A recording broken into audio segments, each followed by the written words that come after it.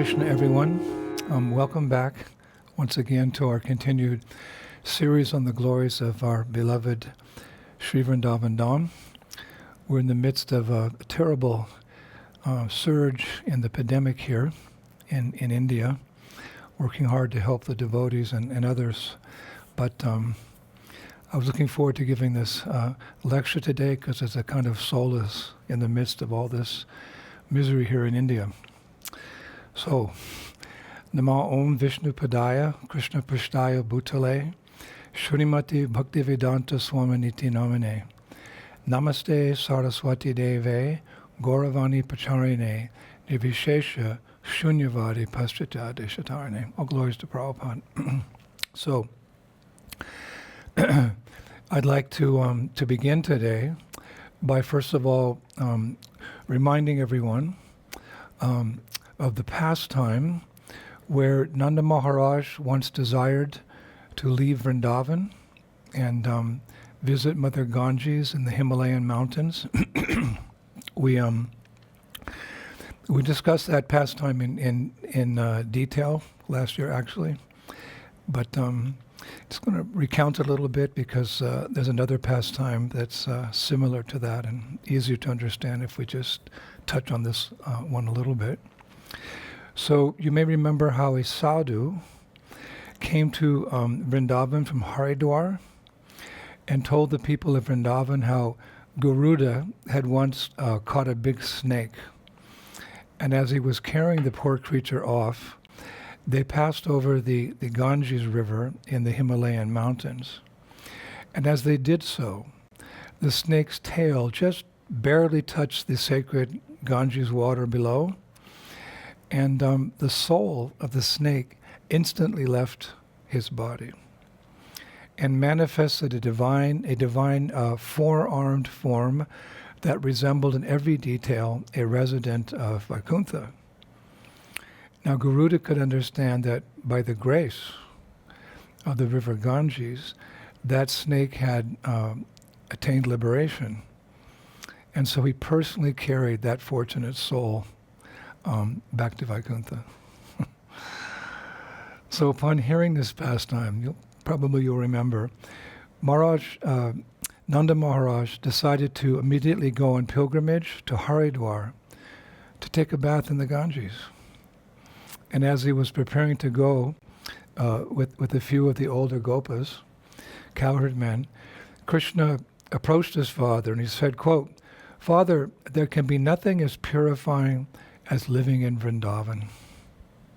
Why then should we put ourselves through so much inconvenience just to visit a lesser place in the Himalayan mountains?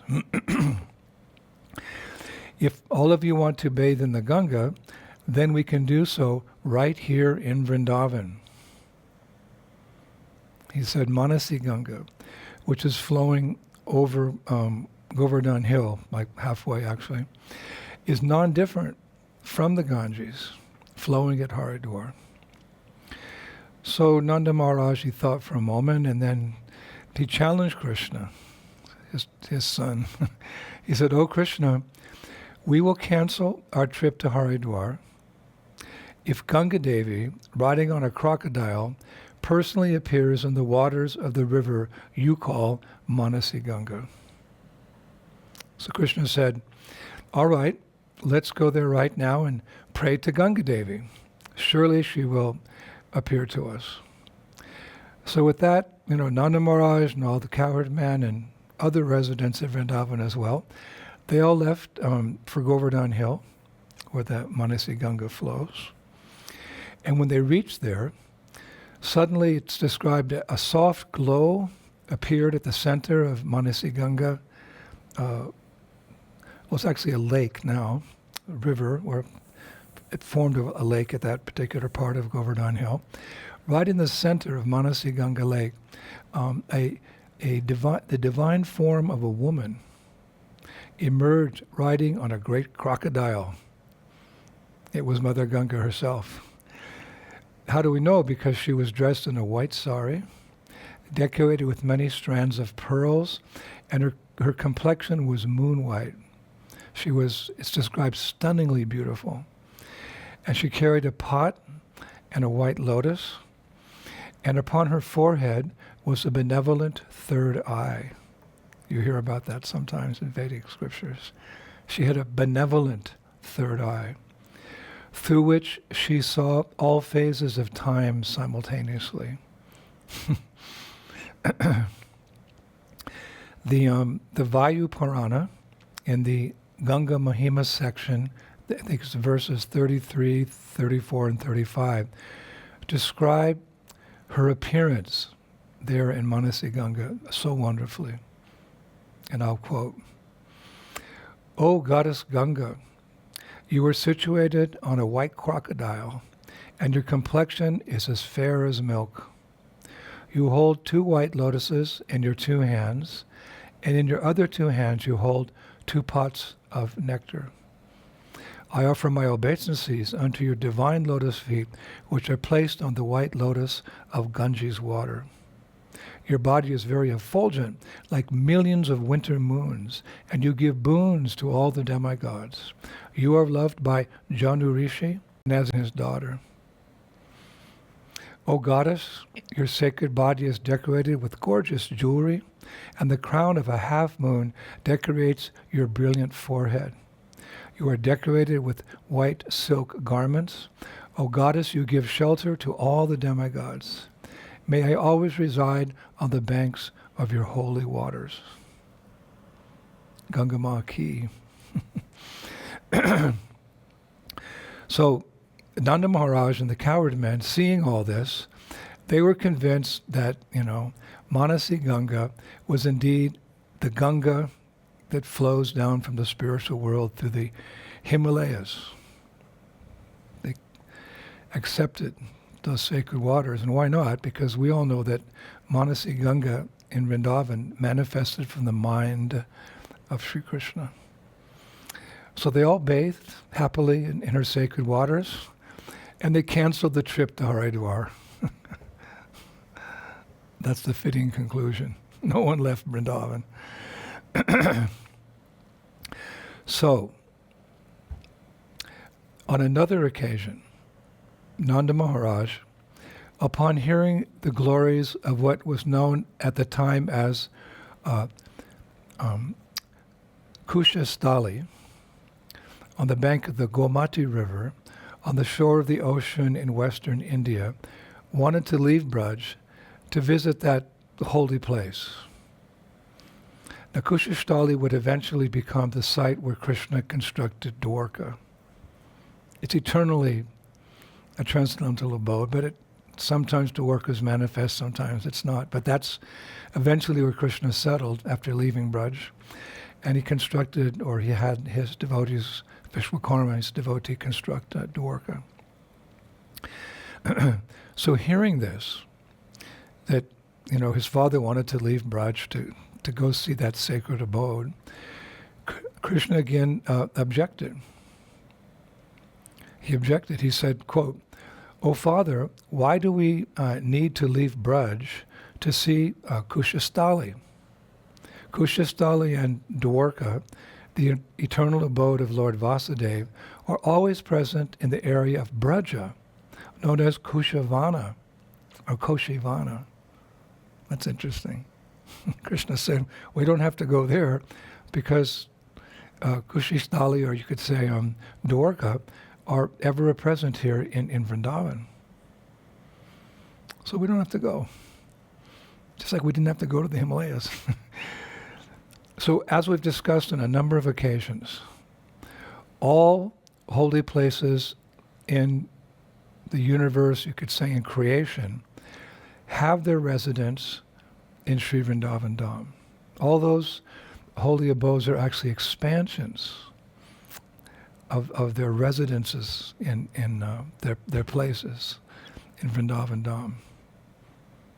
As Srila Rupa Goswami says in the Mathura Mahatmya, I checked that again, verse 161, he says, "Sarvani tatta tirthani vividhani vashanti cha." Emphatically. He says one doesn't have to leave Braja to visit other holy places. It's not necessary. All the holy places, he says there in that verse, are situated in Vrindavan.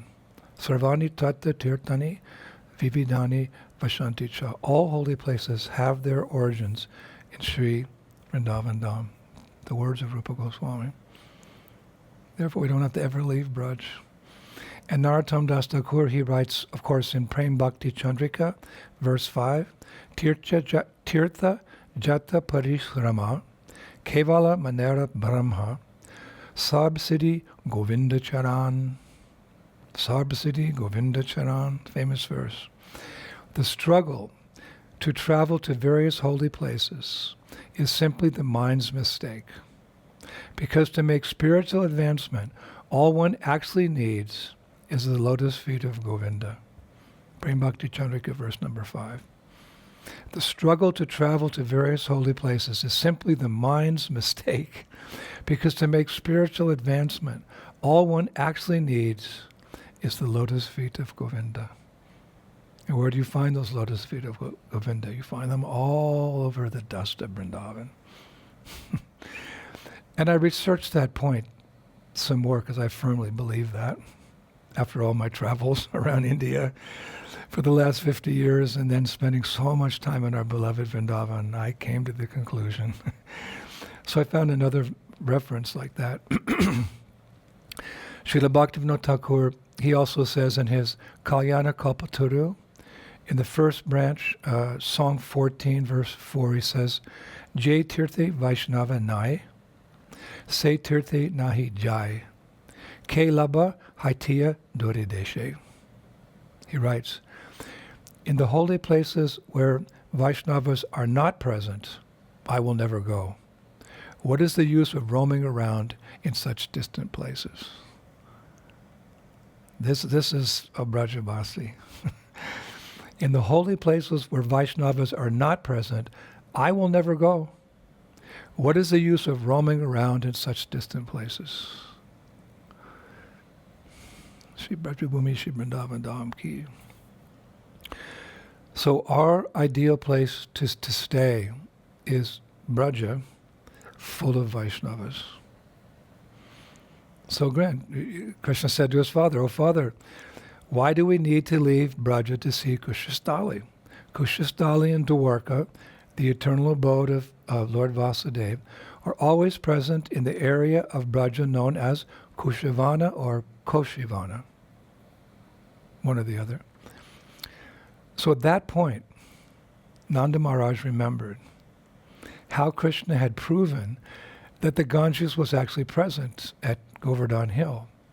So now he asked Krishna to show him how Dwarka was also present in Braj, and he didn't have to go there to see that transcendental abode. He said, Krishna, if what you say is true, I should be able to see that ocean, the Gomati River, and the holy city of Dwarka here in Kushavana, here in the forest of Kushavan in Braj. This is fascinating.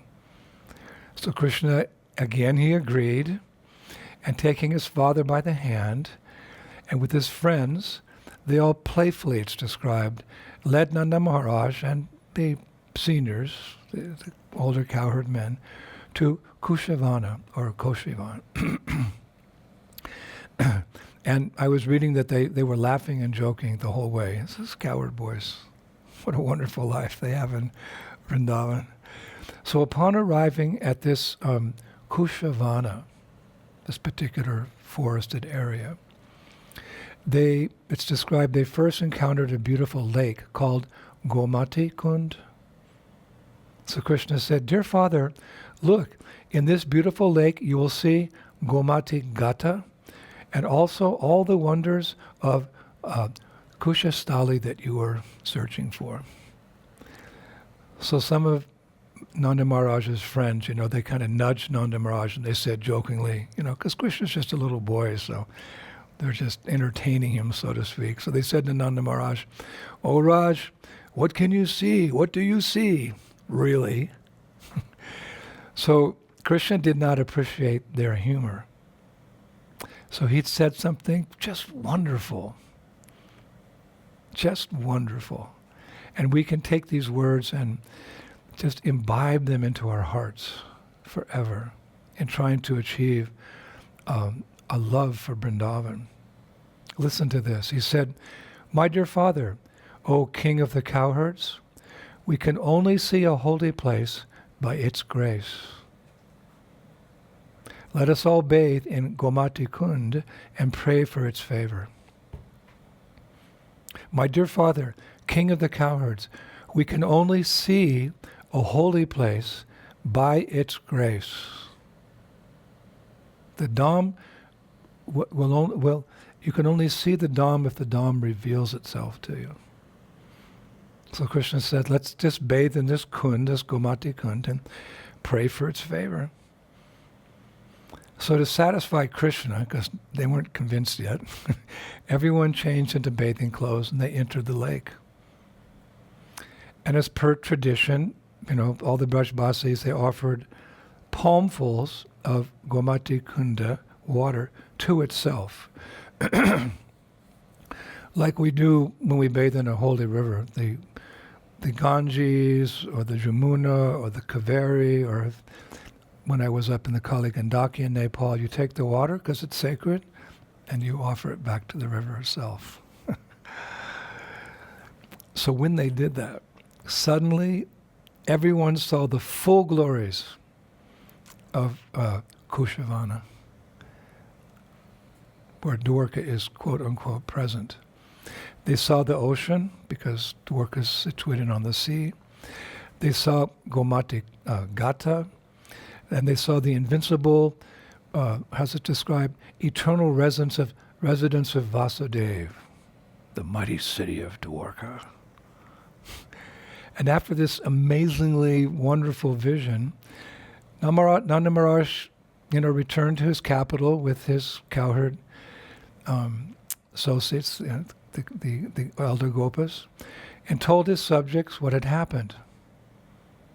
And from that time on, the Brajbasis accepted that a visit to Kushavana and Gomati Kunda is equal to a pilgrimage to Dwarka.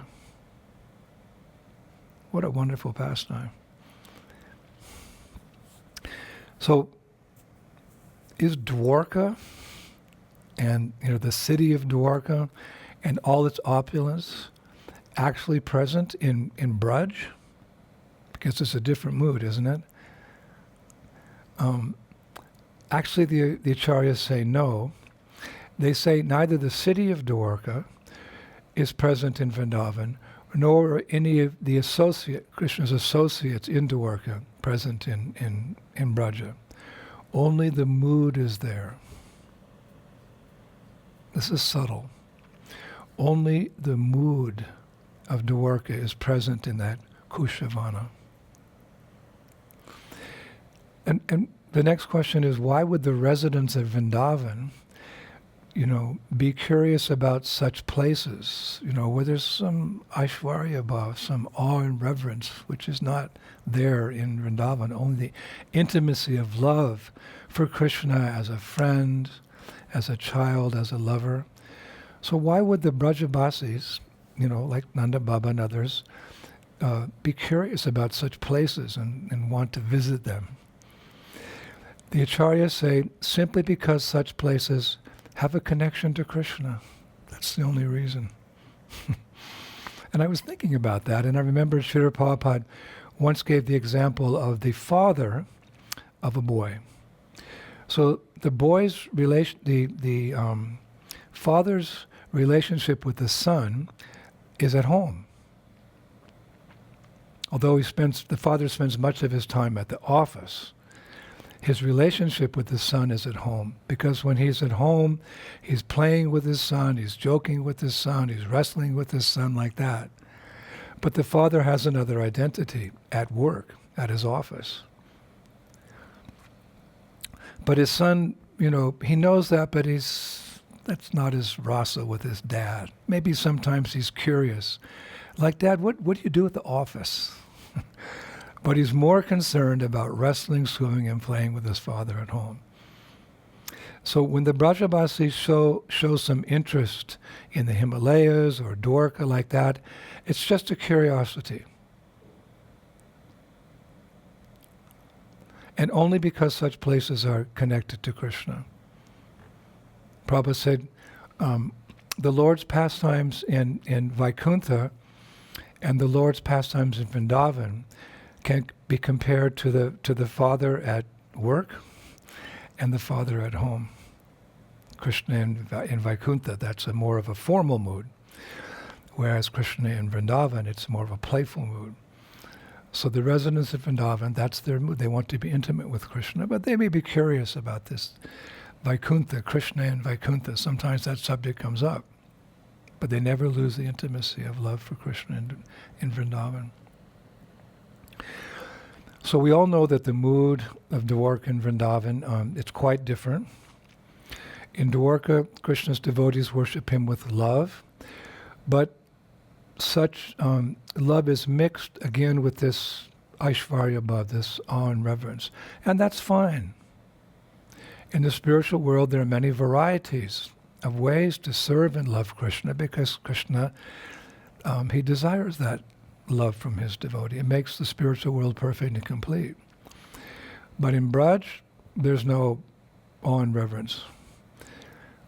The Brajabasis, again, they simply see Krishna as a lovable child, a friendly friend, an intimate lover. And above all, Krishna prefers that love of the Brajabasis to others' love. Strong statement, but we hear that in Chaitanya Charitamrita, Adi Lila, chapter 3, verse 16. Krishna says, Aishvarya dhanate shaba jagat mishtarita. Aishvarya sitila prem nahi mora prita.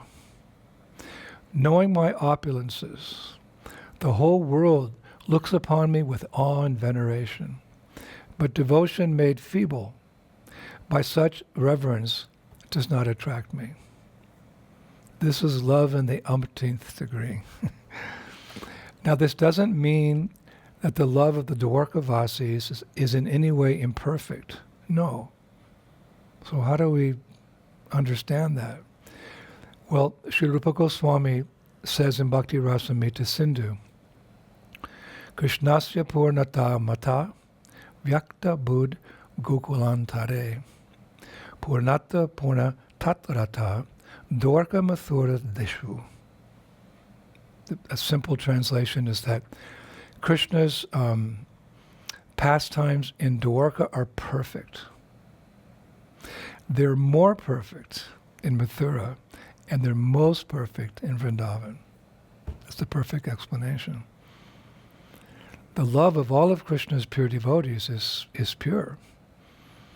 But in Dwarka, it's perfect. In Mathura, it's a little more perfect, but in Vrindavan, most perfect. So, we as Gaudiya Vaishnavas, we want to attain by the mercy of Srila Prabhupada, our previous acharyas, and Sri Chaitanya Mahaprabhu, Braj, Goloka Vrindavan. And we do that by awakening our love for him.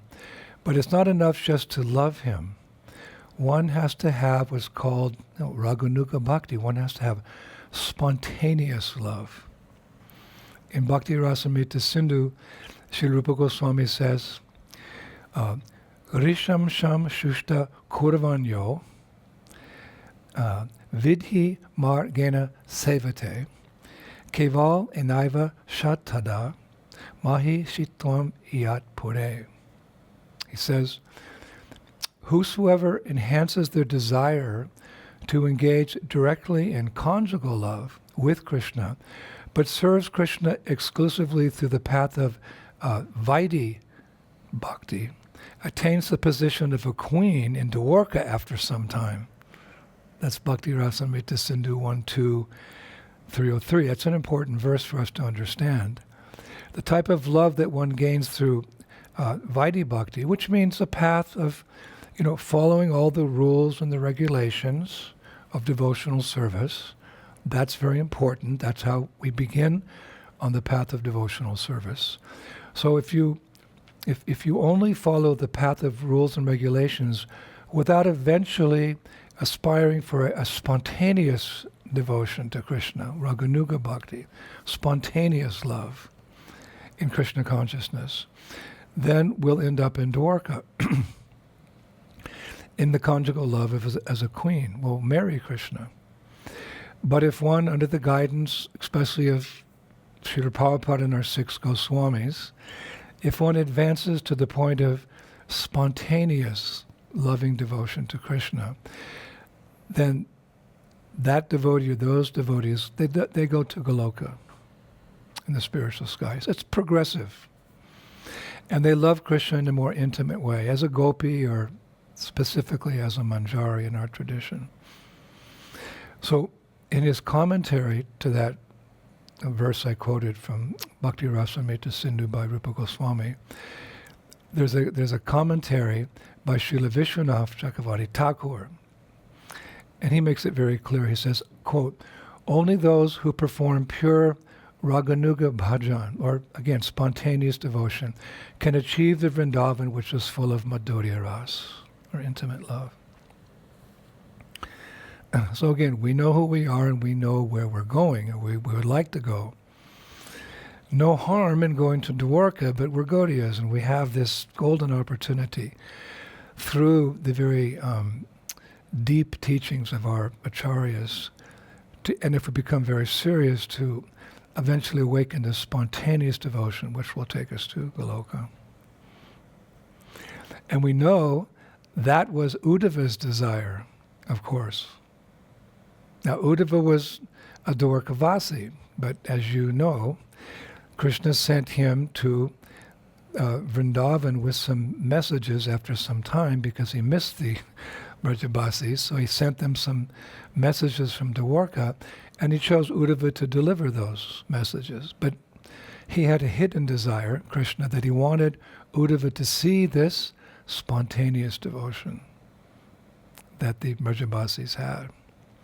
So when Uddhava personally observed this spontaneous love of the Brajabasis, he said, "Charitam Krishna Devasya Sarvam Evadbhutam Bhaved Gopa Lila Tarapi Taratrapi Sarvato Ati Manohara."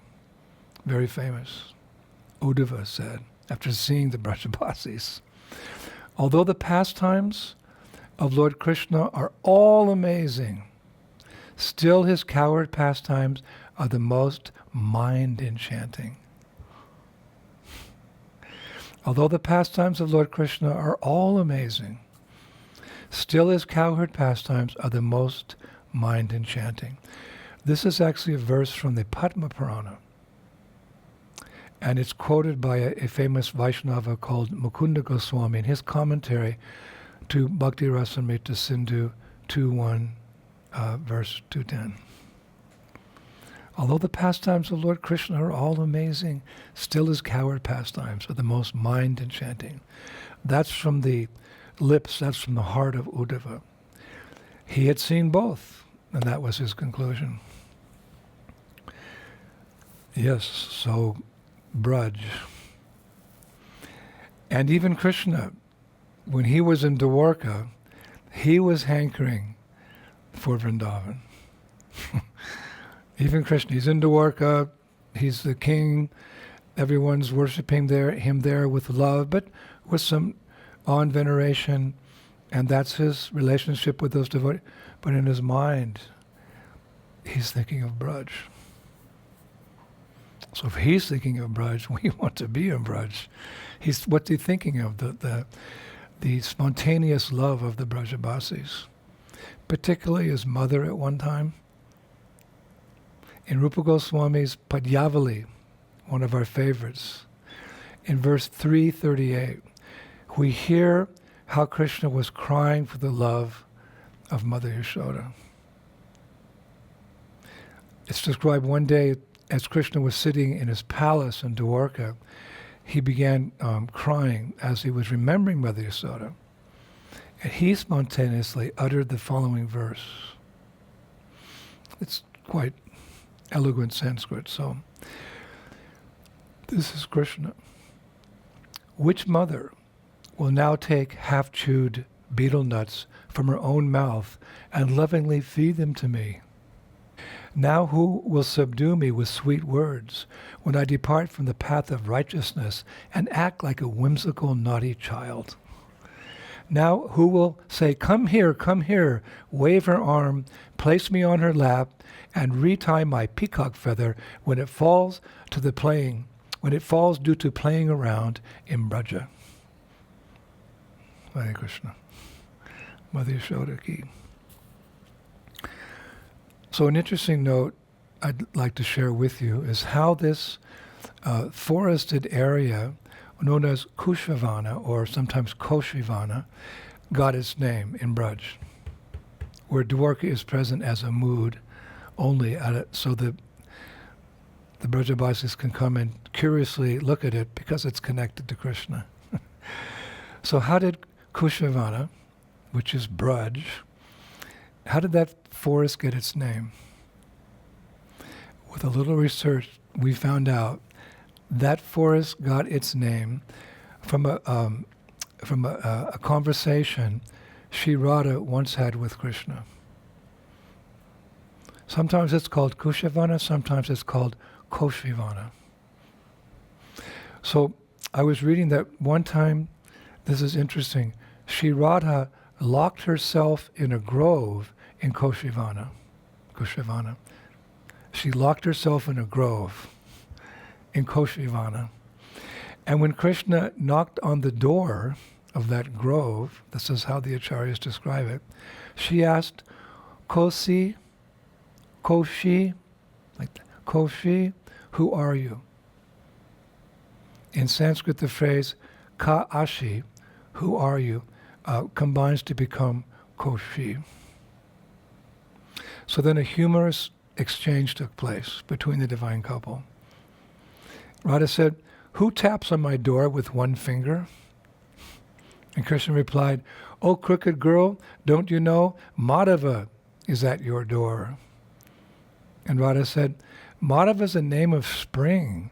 Has springtime come knocking on my door? And Krishna replied, certainly not. I'm the holder of the Sudarshan wheel. So Radha said, potters hold wheels. Are you a potter? Krishna replied, I am not. I am the person who holds up the entire world. So Radha said, the king of serpents, Ananta, holds up the world. Are you Ananta? So Krishna's getting frustrated. No, I'm a person who crushes serpents. So Radha, she's teasing him. The king of birds, Garuda, crushes serpents. Are you Garuda? So Krishna replied, no, I'm Lord Hari. So Radha said, Hari is the name of the famous monkey Hanuman, the servant of Lord Ram. Are you he? So then Rupa Goswami says, the anonymous poet who recorded this humorous discussion concluded, may Lord Krishna, who holds the Sudarshan chakra and who smiled at these clever words from Srimati Radharani, protect us all. Hare Krishna. Now, as I was, concluding my preparation for this this lecture, it's a little short today because, again, I have other things on my mind and other duties right now here in India. But as I was concluding my preparation, out of curiosity, I checked with my friend Hari Parshad, a Sanskrit scholar in Mumbai, to see if our dear Narayan Bhatta Goswami mentions Kushavana or Koshivan in Braj Bhakti Vilas. And lo and behold, we found that he does. He's mentioned this forest, Kushavana, in his Braj Bhakti Vilas. So usually, as you know, we begin a lecture, with the prana mantra of a particular forest that we're visiting. So today, because I did this at the end of my research, And so today we shall come close to concluding our lecture with the prana mantra and a few other mantras actually connected to Kushavana. Instead of in the beginning, we'll do it at the end here. Narayan Bhatta Goswami begins in Brajabhakti Vilas by saying, Adoksaja Kushavana Dipo Deva. The presiding deity of Kushavana is Lord Adoksaja. That's Brajabhakti Vilas 194. Then he says, Om Dir Di Kushavana Diptat Aye Adoksa Jaya Namaha. He says, obeisances to Adoksaja, the presiding deity of Kushavana.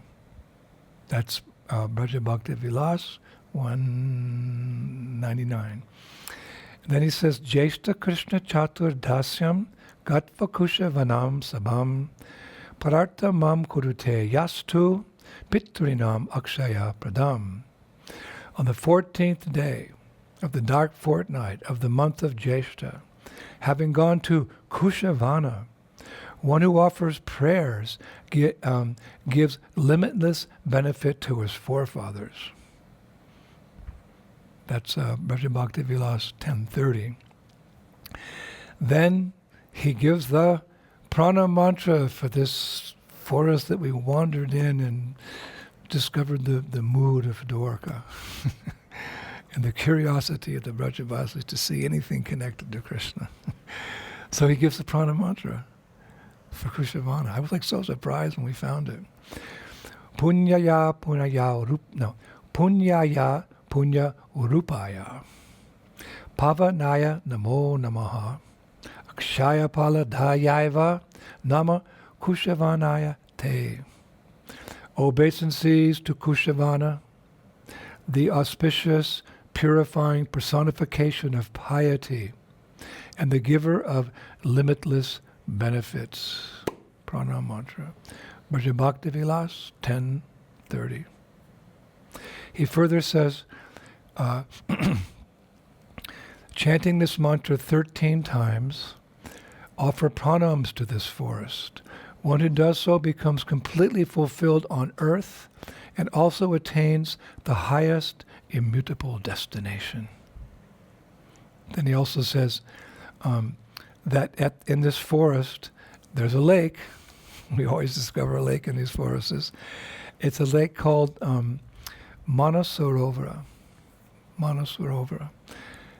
And the prana mantra for Manasarovara, it's a bit tricky, this one. Manash iki akanasya muktaye mukti rupine alada manashe tubhyam namaste manasha vaya. Obeisances to you, O lake named Manasha. You are liberation personified. You are the destroyer of sins committed in the mind. And you are always personally happy at mind. So if you bathe in this lake in Kushavana, then if there's any sins, if you have some bad thoughts, Cheto Darpana Manjanam, good reason to visit that lake. That's Brajabhakti Vilas 1031. So then Narayan Bhatta Goswami concludes, chant that mantra 10 times while offering ajman and dipping in that lake. One who does so never sees any unhappiness in their lives, in his life. Wow. Last point of interest today, Vaishnava scholars say that the present town of Koshi, which many of you know is just before the town of Vrindavan. We would often, in the old days, we'd drive, because there wasn't the Jamuna Expressway now, that we have now, we would drive from Delhi airport to Vrindavan. We'd always pass through Koshi.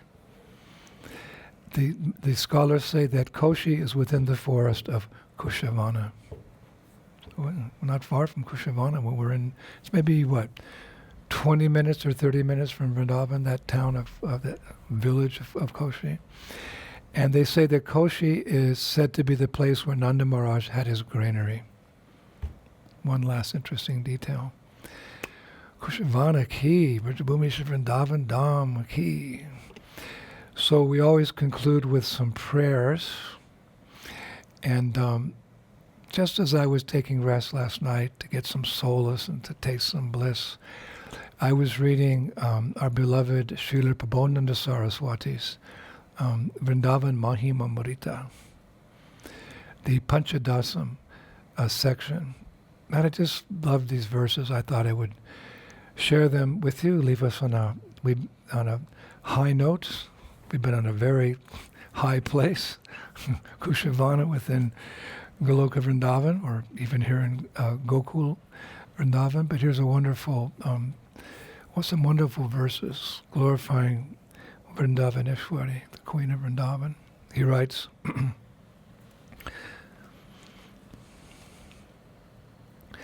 in Vrindavan, there is a goddess of sweet nature and inconceivable actions, hidden in a bower, with handfuls of attractive, fragrant blue flowers. I will speak her mantra, which is not known in all the Vedas, and which is not revealed anywhere in the confidential agamas. When the mantra is chanted, all great siddhis fall at the person's feet who has chanted it, and by its power, the Lord's bhava comes into that person's hand. For the person who chants this mantra, there's no rule or prohibition. The dust from the lotus feet of this mantra purifies the knowledge of the Vedas. Its nectar is most sweet, auspicious amongst all auspicious things, and most astonishing. This mantra produces the most unlimited greatness amongst all methods. It is the supreme goal amongst all goals. They say that it is the supreme passionate bliss amongst all passionate types of bliss that can be gained by mantra. It is the secret amongst all secrets, this mantra. And what is this secret? What is this supreme mantra? It is the name Radha. That's the mantra. Radha. Chant Radha, Prabodhananda Saraswati says, constantly without thinking of anything else. Sri Radhe Sham. Prabhu, thank you so much again for this opportunity to go with you to Kushavana, get a glimpse of Dwarka there, hear about the sublime, pure mood of the Brajabasis, and once again to hear about where we want to go, where we want to end up. Of course, we would be happy to end up anywhere where Krishna is in any of his expansions. But according to Sri Chaitanya Mahaprabhu, this is the Padam Gatim, Sri Vrindavan Dham. And by repeatedly hearing these glories, we'll awaken this desire to join the Lord, rejoin the Lord there in the Supreme Abode. So thank you. We'll continue our research, and we'll be back with you again in a few days. Please, all of you, keep within your hearts and in your prayers all the devotees here in India who are stricken with COVID-19. You can keep all the people in mind because devotees have soft hearts. This country is being ravaged by this virus now. Very difficult situation. Keep in mind our beloved devotees in Mayapur, in Vrindavan. Some are very sick. Unfortunately, some have passed away in the last few days. So please keep them in mind. Keep them in your mind that those who are still with us will be protected by Bhagavan Narasimhadev, and those who have left will be guided by Krishna back home, back to Godhead. Okay? So thank you. See you soon. Shri Shri Gaur Nitai ki, Shri Shri Krishna Balaram ki, Shri Shri Radha Shama Sundar ki, Vrindavaneshwari Shrimati Radharani ki, all the 12 forests and the sub-forests and the sub-sub-forests and the sub-sub-forests of Vrindavan Dham ki. Back home, back to Godhead, Goloka Vrindavan ki, Gopimanandi Shirabhava ki, Gonitai ki. Jai Jai Sisi Radhe, Shime, Shime, Shime. Hare Krishna.